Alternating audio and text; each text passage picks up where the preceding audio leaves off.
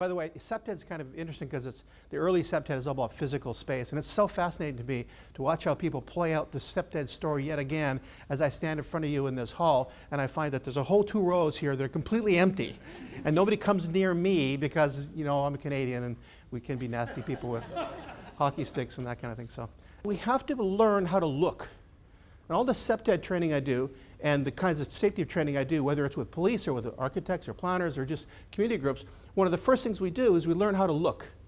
They look at things around and they say, why is that way? It should be different. They looked at the bus stops. I wonder why we have problems at bus stops. What we need to do is we need to get the local architecture students in, and we need to co-design our own bus stop that looks like us, based on our history, with recycled materials. So they did. That's the Holly Grove bus station that they built themselves. Don't vandalize it, it's theirs. Why would I vandalize my thing? Sir, would you come up, please? See, that's why you don't sit in the front row. Because you get picked for stuff, right? It sucks. Okay, so you stand over there. But do you know each other? No. Perfect, okay. You stand there, you face each other. Now here's what we're gonna do. We're gonna do a little scenario demo. And the demo is simple. You're on a street, it's a lovely day, you're walking down, and you know each other, but not really that well. You saw each other at this workshop, and you want to talk about the crazy Canuck and how he's a bit of a dope. Okay? So you're just going to have a very casual conversation, walk up, and as you normally would on the street, and proceed as you normally would. So go ahead. I'm Peter. Freeze. Stay right there. Don't move. There to toe there. That distance here is 24 inches, 18 to 24. My question to you is why? Let me ask you this then. Why did you guys stop at that distance? It's also comfortable, socially acceptable, and social norm. Depending on the circumstances. What circumstances? Well, like if you're not sitting on a park bench, you might end up getting on a tube or underground railway, say in Singapore, during peak hour traffic, you've got to stand like this, and you've just got to wear it. Uh-huh. It's the environment, it's the barriers around you. It's the environment, is it? Yeah. I see. Interesting.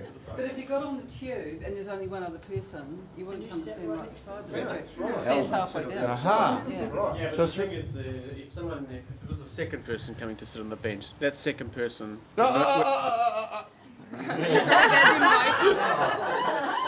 Funny you should say that. So it was a tragic story, but what it did was introduced a methodology for looking at fear and looking at public spaces and looking at movement predictors that we had never done before properly. Shouldn't it sort of be another community's prerogative to get their community safer? You know, if their community is in a state which is prone to having these crimes come to them, what can they do to stop the crimes being there in the first place? You know, there's just because it's going from one place to another doesn't sort of mean that it's the first community's fault. It's that it's actually, you know, they're improving themselves, but I think everywhere should be improving themselves. Let me say this.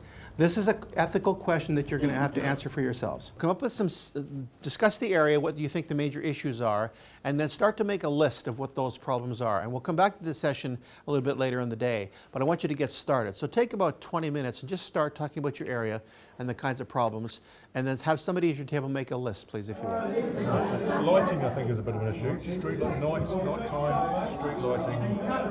make you off.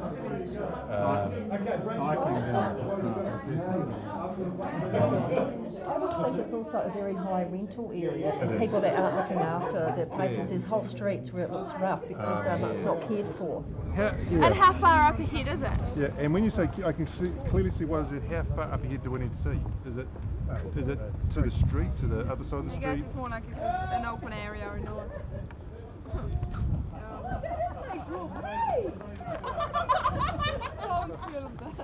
You don't know this, do you? Because they won't know any SafeGrowth. It's that you're using the discussion questions to get their sense of how they use the space. And so they'll use the space in a certain way that will pertain to them. So you would, as a non-resident, you wouldn't know that. You would survey the walkway to the left, the walkway to the right. But that's not how they'll see it. They'll see it because they come across there, walk along here and straight into the doorway. That's how they see the environment. So from that point of view, they'll answer those questions according to that. 5 people who live in the area. Yeah, you're going to have to be very selective. I mean, if you're going to have up to 10 people, you might get 1 or 2 people from outside, but the bulk of them will be from the residents. And they will have knowledge, they will have preconception, they will have stuff that they do every day that they're going to tell you about. That's what you're capturing. That's the key element, because otherwise you can't capture it. This helps you do that. But the YMCA sign didn't give any indication of time or what they really were. And as you drove in, the tree actually blocked the YMCA sign on the wall. So in our opinion, it should have been moved up higher and over to the other side so that people, as they drove in, straight away knew which building was what. They are able to resolve those smaller things within themselves. Everything we do has to be aimed towards making that sustainable long in the future. And if that's part of the community needs access to that sort of information, then that's something that we should be looking at trying to build in. Now, I don't know the final answer yet. We're learning as we go on this. But